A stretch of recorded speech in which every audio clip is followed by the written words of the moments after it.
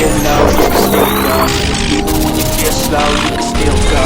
Even when there's no hope, you can still go. I never answer to no, man, I still go. Go, go, go, go, go, go, go, go. Brian Giles with Brian Giles MTG. Hoo-ha, we're back with more Foundation spoilers. Starting off, we're doing another card from the Foundation's Jumpstart set in Isareth the Awakener. 2 black and 3 for a 3/3 legendary human wizard with Death Touch. Whenever Isareth the Awakener attacks, you may pay X. When you do, return a target creature card with mana value X from your graveyard to the battlefield with a corpse counter on it. If that creature would leave the battlefield, exile it instead of putting it anywhere else. Well, we'll probably find, because the Jumpstart is probably centered some stuff centered around cards with corpse counters on them. So, hoo-ha.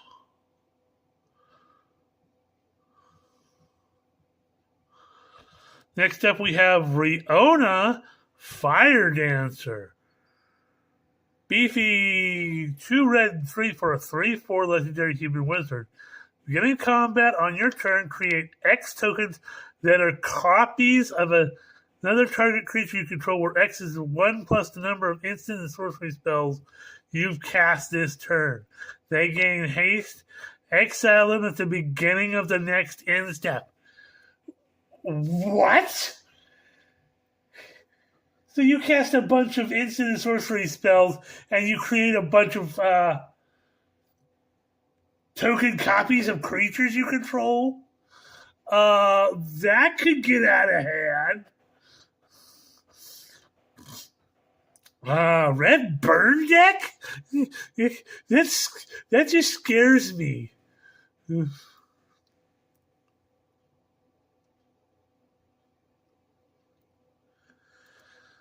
Except we have Lunar Insight. I think this is a newer card from the Foundation set. So a blue and 2 for source that reads, draw a card for each different mana value among non-land permanents you control.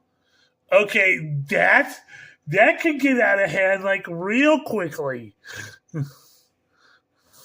Reliquary Tower, anyone?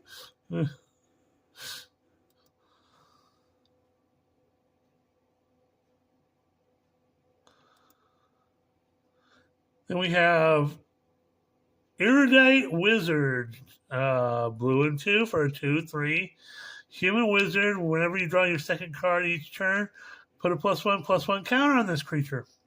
Okay.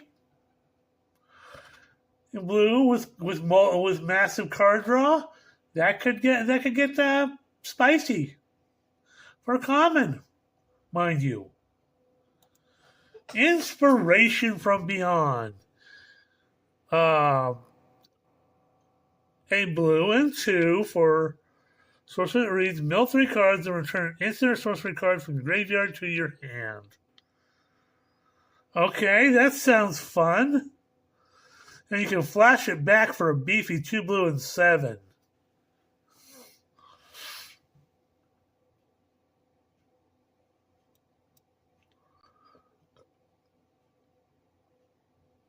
Shardless Outlander. Another common Jumpstart card that evidently is unique to the set. A beefy 7 generic for a 6/5 trample with basic land cycling of 2. So, a big generic stompy creature that you can use as a land cycler. Okay.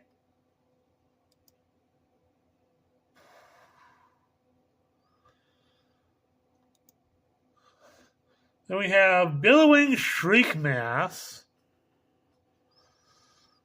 I believe this is a reprint. So it's a black and 3 for a 2/3 spirit with flying. When it enters, you mill 3 cards. If it has threshold, this card gets +2/+1 as long as there are 7 or more cards in your graveyard. Okay. So it's a 4/4 if you've got 7 or more.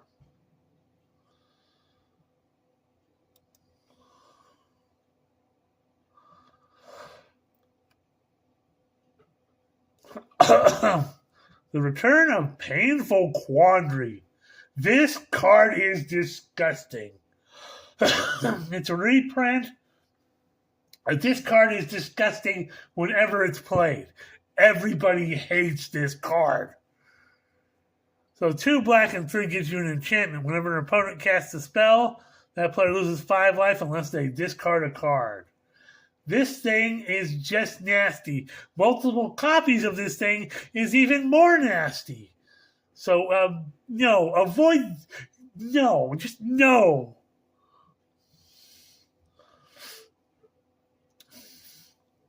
Or have lots of enchantment removal. Zombify. So,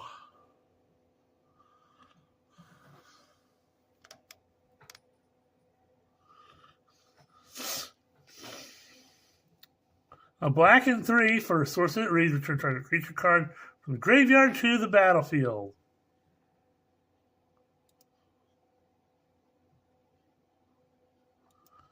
Consuming Aberration.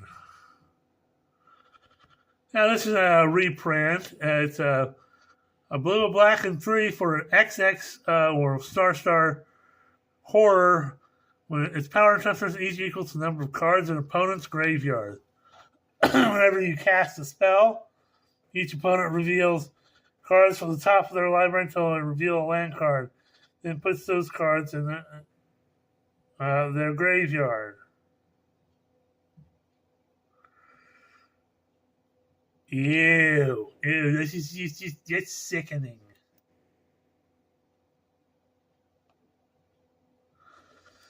Empyrean Eagle, a reprint that hasn't seen a reprint in a while. A white, a blue, and 1 for a 2/3 bird spirit with flying. Other creatures you control with flying get +1/+1. Well, we've seen some creatures with some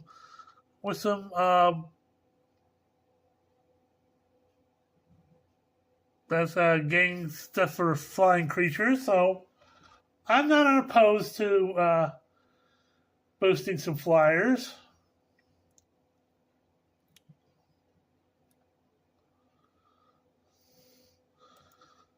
We have Battlesong Berserker, a red and 3 for a 3/4 human berserker. Whenever you attack, target creature you control gets +1/+0 till end of turn, gains +1/+0 and gains menace till end of turn. Okay. Hoo-ha. Berserker's doing berserker things. Okay, we have Fiery Annihilation. Let's see what this says. A red and 2 for an instant that reads, Fiery Annihilation deals 5 damage to target creature. Exile up to 1 target equipment attached to that creature. If that creature would die this turn, exile it instead. Ew! Ew! Oh, there goes your mithril coat!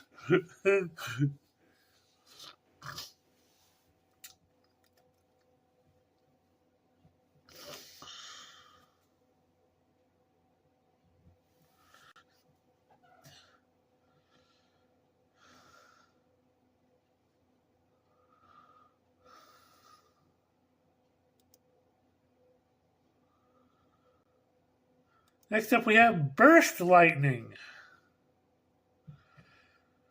Red mana for an instant that reads has Kicker 4.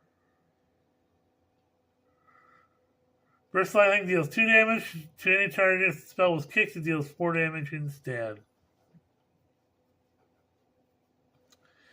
It's okay.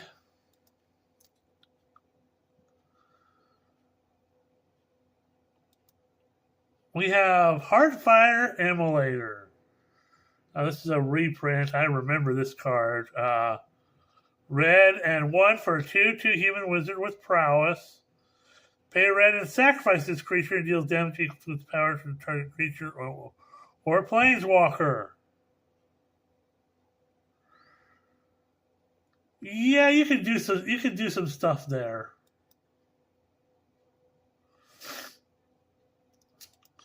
Next up, we have Grappling Kraken, which is not a creature I'm familiar with, probably a new creature to this set. 2 blue and 4 for a 5/6 Kraken with landfall. Whenever a land you control would enters, tap target creature an opponent controls and put a stun counter on it. Okay, in a landfall deck, that could get you straight up nasty.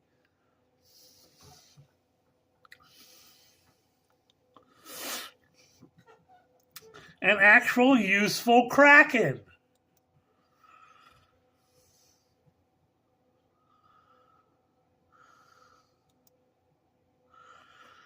Classic Rogue's Passage. The land, you can tap it to add a colorless or pay 4 and tap it so target creature can't be blocked. In a set like this, I'm not unopposed to that. It's a very useful card for a variety of different decks. Next up, we have Scrawling Crawler. So 3 generic for a 3/2 artifact creature Phyrexian Construct. Well, that's an interesting type of type line. Beginning of your upkeep, each player draws a card. Whenever an opponent draws a card, that player loses 1 life. Ew, don't tell anybody that has a Shieldred decks. Yikes. I can't think of the one I play against regularly. Anything that you should draw an extra card. Yikes.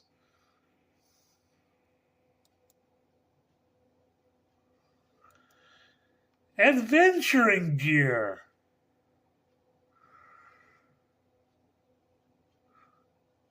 A generic mana for an artifact equipment with landfall. Whenever land you control enters, equipped creature gets +2/+2 till end of turn. Equip for 1. Now, why wasn't this in AFR or Baldur's Gate?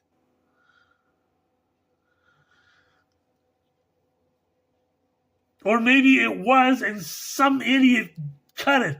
This, maybe because it was just a single instance of landfall and they didn't want to include it. Screw me. This is totally on point. I don't care. This is fun. I like that they're bringing it into the Foundation set because it's a fun card. It's not a permanent enchantment, but if you're playing in a landfall deck, this is absolutely cool. I like it a lot.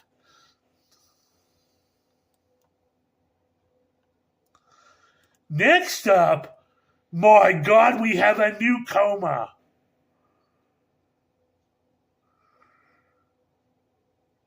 Oh dear. So 2 green, 2 blue, and 3. So 7 mana for an 8/12 legendary serpent. It can't be countered. It has trample. It has ward 4. And whenever it deals combat damage to a player, you create 4 3/3 blue super serpent creature tokens in Koma's Coil. Son of a holy 7 mana for an 8/12 trample with Ward 4 that can't be countered. This thing is hitting the board. It's harder than bonded adamantium to remove.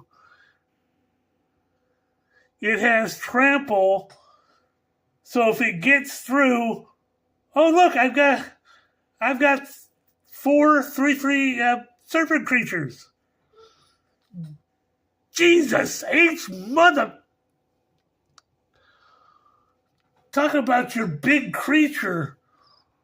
F me.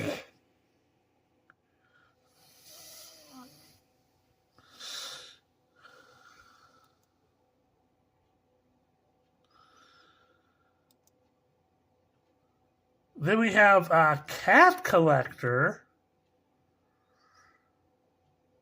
So we got the cat person. So a white and 2 for a 3/2 human citizen. This creature's enters, create a food token. You get gain life for the first time each turn. Create a 1/1 white cat creature token. Okay, life gain, cat creation. Hoo-ha!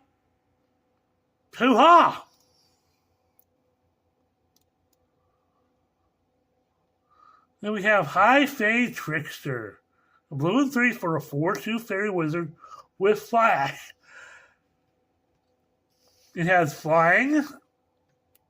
And you cast spells as though they had flash.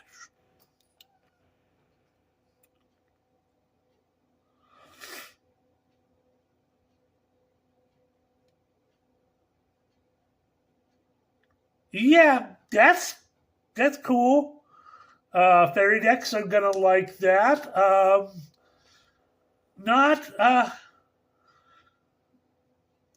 not disagreeing with that.